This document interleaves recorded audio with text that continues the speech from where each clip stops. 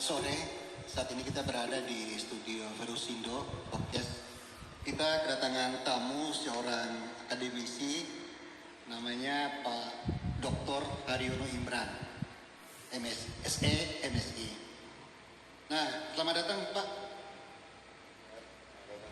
Gimana kabar Pak? Perjalanan Bapak dari rumah sampai di sini lancar? Ya, lancar. Karena banyak lancar. Macet Pak tidak ya? Ya, alhamdulillah saat ini jalan sudah agak longgar Pak ya, dibanding kemarin-kemarin.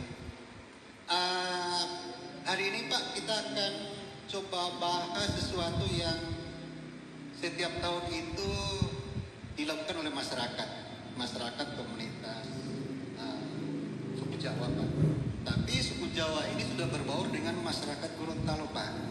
Mereka melakukan perayaan Lebaran Ketupat 7 hari kemudian setelah Lebaran Idul Fitri. Kita akan bahas. Nah, tahun kemarin Pak, perayaan itu kan hampir tidak dilakukan karena ada aturan dari pemerintah untuk tidak berkerumun karena pandemi. Ya, betul. Pada tahun ini aturannya sudah agak longgar ya. Yang kemarin tidak bisa sholat berjamaah sekarang sudah bisa gitu. Ada acara-acara sekarang orang sudah bisa berkerumun gitu. Nah, saya ingin dengar dari Pak Dokter. Nah, Pak Dokter ini kan pemerhati hal-hal seperti itu. Pak Dokter ini ahli di berbagai bidang gitu. Bicara ekonomi bisa, gitu. Bicara mengenai sosial politik bisa.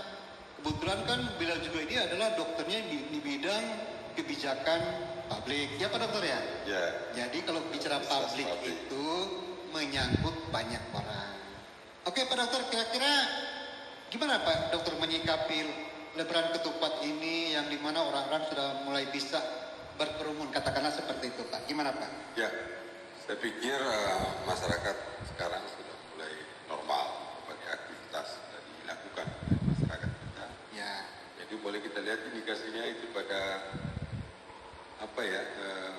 menjelang Lebaran, di mana-mana kita lihat ada pasar senggol. Ya, pasar senggol di kota, dan juga di berbagai tempat, termasuk di Limboto. Jadi begitu antusias dan begitu bebasnya masyarakat melakukan. Berarti sudah bisa ngumpul-ngumpul Pak ya? Oke. Ya, itu tentunya akan menunjukkan bahwa ketika pelaksanaan Hari Raya Ketupat itu yang sebenarnya di beberapa tempat di Gorontalo sudah dilakukan beberapa tahun yang lalu sebelum pandemi. Khususnya di Kabupaten Gorontalo, itu tepatnya di Kampung Jawa, di Kecamatan Limboto Barat. Ya tentunya mereka masyarakatnya pasti akan mempersiapkan kegiatan itu karena ini merupakan tradisi masyarakat yang turun-temurun sudah dilakukan. Ya. Jadi saya pikir ya antusias melaksanakan Hari Raya atau Lebaran Ketupat itu tetap akan dilakukan oleh masyarakat, khususnya di Kampung Jawa. Ya, Pak, Lebaran ini Ketupat ini kan kalau pengalaman selama ini kan bukan hanya dikunjungi oleh masyarakat Gorontalo itu sendiri Pak, tapi juga dari luar daerah itu kan banyak. Nah, kalau tahun kemarin itu kan dari luar itu kan Pak diseleksi gitu, diperiksa apa semua, jangan sampai mereka itu misalnya membawa virus corona dan lain sebagainya. Ya. Nah, pada tahun ini kan Pak hampir-hampir setiap perbatasan itu kan Pak tidak ada lagi pemeriksaan gitu Pak. Nah, kira-kira Bapak sebagai ahli di bidang itu bagaimana nih harus menyikapi terutama masyarakat menyikapi dengan kedatangan orang-orang dari luar Gorontalo Pak? Apa yang harus dilakukan? Ya, tentunya masyarakat kita ini sudah banyak informasi dimiliki. Jadi mereka sudah tahu apa yang mesti dilakukan. Ya, Jadi sebagaimana biasanya masyarakat Gorontalo itu kan sangat terbuka, Ya. dari masyarakat yang sangat luar biasa responnya terhadap tamu. Dan biasanya kalau Hari Raya Ketupat itu tahun-tahun sebelumnya, sebelum pandemi, bahkan menjadi tujuan wisata budaya Ya. masyarakat dari luar daerah, khususnya dari Manado, dan pasti mereka akan berbondong-bondong kembali karena kondisinya sekarang sudah mulai normal walaupun belum 100% normal. Jadi saya pikir akan menggeliat lagi kegiatan lebaran ketupat yang mungkin sampai dengan sekarang belum didengar. Mudah-mudahan sudah ada. Biasanya di dalam kegiatan lebaran ketupat itu kan ada kegiatan-kegiatan tradisional Iya. masyarakat. Ada kesenian dan lain sebagainya. Ya, termasuk lomba kerapan sapi, Iya. pacuan kuda. Iya.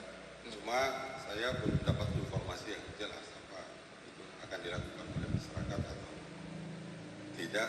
Ya mudah-mudahan saja karena kondisinya sekarang sudah bujang. Walaupun catatannya masyarakat harus tetap Waspada. waspada, Ya. tetap patuhi berbagai aturan prokes, ya setidaknya menggunakan masker dan lain sebagainya. Ya. Dan pada umumnya masyarakat kita khususnya Gorontalo sudah sangat paham itu bagaimana memproteksi diri mereka masing-masing. Kira-kira begitu.